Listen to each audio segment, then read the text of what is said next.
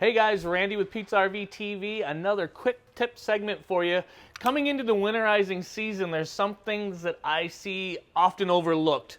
Now the industry is adding what we call a sewer flush to a lot of campers nowadays, and we didn't see this 10 years ago, but it's very prevalent in the industry and becoming more and more often, even on the less expensive campers out there. So one thing that we wanted to share with you is this system needs to be winterized. It is not hooked to any other part of the plumbing system in the coach. It is an individual system to flush your sewer tank, and obviously when we're flushing a sewer tank, we don't want that incorporated to our regular plumbing system, so that's why they've kept it separate. So what we typically see on a camper is a little outside port here. Looks much like a city water fill. Carl can see that. And what we do is we hook a hose right here when we're leaving the campsite, and it goes the direct line from here up into this little plastic device, which is a backflow prevention device, which is located typically in your bathroom area, sometimes underneath your vanity. And then it goes right there into a sprayer in the tank.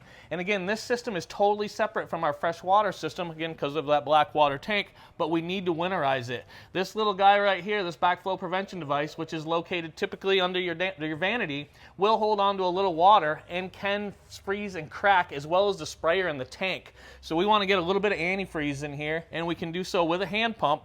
Carl is going to put up a link to a video that we made a few years back. You're going to see, because I have a lot less beard and a lot less weight, but it'll show you how to winterize this sewer system, or this backflow prevention systems appropriately. Get your sewer flush winterized appropriately. So we just wanted to share that with you. Don't forget your sewer flush, because we don't want you to have any water rolling out from that bathroom vanity in this summertime. Thanks again for watching Pete's RV TV with Randy today. I look forward to seeing you on the road, and happy camping.